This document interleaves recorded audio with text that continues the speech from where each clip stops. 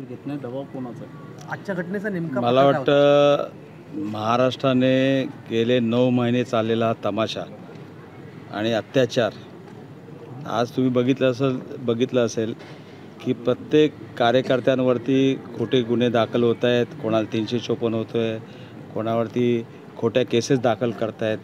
आणि आजची घटना म्हणजे एकदम भयानक की आज त्या टाटा मोटरच्या शोरूममध्ये जाऊन भर दिवसा त्या ठिकाणी एका आमच्या युती सेनेच्या पदाधिकारीवरती भ्याड हल्ला केला. तिला लाथाबुक्क्यांनी तिच्यावरती मारहाण तिला केली गेली. तिला ट्रीटमेंट चालू होती प्रेग्नन्सीची आणि तसं असतानासुद्धा तिच्यावरती ती सांगत होती की मला इथे तुम्ही हे करू नका, मारू नका, तरीसुद्धा तिला लाथाबुक्क्याने त्या ठिकाणी मारलं आहे. आज ती इथे पोलीस स्टेशनला इथे आली असताना चक्कर येऊन पडली, इकडे उलटी केली. तरीसुद्धा आम्ही पोलिसांना सांगतो आहे की ती तक्रार दाखल करा. तर ती तक्रार दाखल न करता शेवटी आम्ही अर्ज दाखल केला आणि अर्ज दाखल केल्यानंतर मेडिकलला तिथे गेलो. त्या मेडिकलच्या इथेसुद्धा त्या ठिकाणी तिथे दाद दिली नाही. जो रिपोर्ट ज्या पद्धतीने व्हायला पाहिजे तो तिथे केला गेला नाही. म्हणजे या सरकारचा दुरुपयोग सर्वसामान्यांना छळण्यासाठी आज सर्व चालू आहे. या खुर्च्या यांना मिळालेल्या आहेत, आज त्या जनतेला त्रास देण्यासाठी आज ते काम करत आहेत. आज तुम्ही बघितलं असेल आमच्या त्या कार्यकर्त्याच्या एका आईला लाथाबुक्क्यांनी, ज्या नगरसेवकाला तिथल्या लोकांनी निवडून दिलं, त्या नगरसेवका लाथाबुक्क्यांनी मारतो त्या 72 वर्षाच्या बाईवरती आणि त्याचीसुद्धा कंप्लेंट घेतली नाही. आणि तुम्ही बघितलं असेल आजची जी घटना आहे ती काळीकुट्ट घटना आहे. इथं मोठमोठ्या रथयात्रा काढतायत. प्रभू रामचंद्रांची रथयात्रा त्या ठिकाणी निघाली. त्यानंतर या ठिकाणी तुम्ही बघितलं असेल की कालच वीर सावरकरांची यात्रा त्या ठिकाणी. आज सर्व हे वीर पुरुष होते, त्यांचा आदर्श त्या ठिकाणी श्रीरामाचा आदर्श घ्यायला पाहिजे, तुमचा ह्यांचा आदर्श घ्यायला पाहिजे, वीर सावरकरांचा. हिंदू हृदय सम्राट शिवसेना प्रमुख बाळासाहेब ठाकरेंचे विचार आम्ही घेऊन चाललो आहे. धर्मवीर आनंदीके साहेबांचे विचार घेऊन हे विचार आहेत का की आपल्या एका महिलेला घरात घुसून तिच्या ऑफिसमध्ये ते मारहाण करताय आणि ती चक्कर येईपर्यंत तिला त्या ठिकाणी बेशुद्ध होईपर्यंत तुम्ही ते हे करताय. ही आजची सर्वात मोठी काळीकुट्ट घटना आहे आणि याचा आम्ही निषेध तर करतोच, परंतु उद्या त्या मुलीला काय झालं तर त्याची सर्वस्वी जबाबदारी मुख्यमंत्र्यांची असेल आणि ह्या पोलीस कमिशनरची असेल. कारण आज त्या दोघांच्या राज्यामध्ये असे अत्याचार गेले 9 महिने हे चालू आहेत. त्यामुळे उद्या जरी काय झालं तरी जबाबदारी या दोघांची असेल. हा हल्ला कोणी केला आहे आणि काय कारणास्तव केला?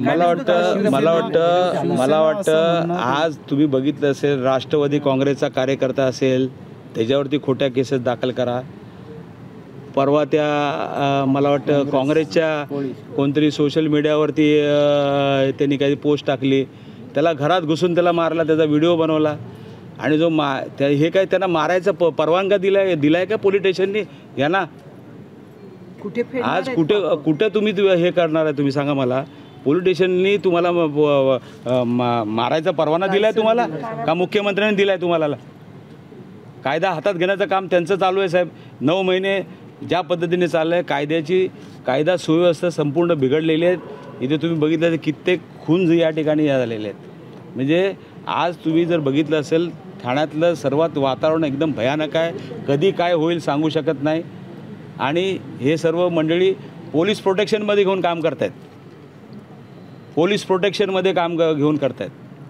त्यामुळे उद्या जर काही त्या मुलीचं बरं वाईट झालं तर ते मला वाटतं सर्वस्वी जबाबदारी मुख्यमंत्री आणि पोलीस कमिशनरची असेल. महिलेची काय एकंदरीत काय होती? तिला आता ICU मध्ये आपण हॉस्पिटलमध्ये ॲडमिट केलेले आहे. नेमकं काय ठोक उत्तर देण्यात येणार का? अरे ठेवरे आता बोललो ना तू. सर त्या महिलेसंदर्भात काय तिने एकंदरीत पोस्ट केली होती आणि एकीकडे अरे एक मिनिट शक्ती काय एक मिनिट जरा. तुमच्या काल सर्वात वाईट आम्ही तर लोकप्रतिनिधीवरती हे चालू आहे, परंतु काल आमच्या एक लोकमतचा पत्रकार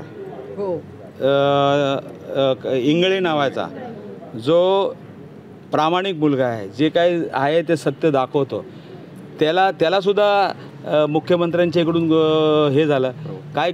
कुणी पत्रकारांनी जाऊन तिथे जाऊन हे केला का? तिथे निषेध केला का? काय एवढे घाबरता तुम्ही? सर्वांनी मुळे हा लढा बघा एकटा शिवसेनेचा किंवा राष्ट्रवादीचा किंवा काँग्रेसचा नाही, या झुंडशाहीला तोंड देण्यासाठी सर्वांनी एकत्र यायला पाहिजे. आज तुम्ही बघितलं असेल भिवंडी, आज तुम्ही बघितलं असेल ज्या पद्धतीने तुम्ही बघितलं असेल काल संभाजीनगरमध्ये सभा झाली. संभाजीनगरची सभा बघितली असेल.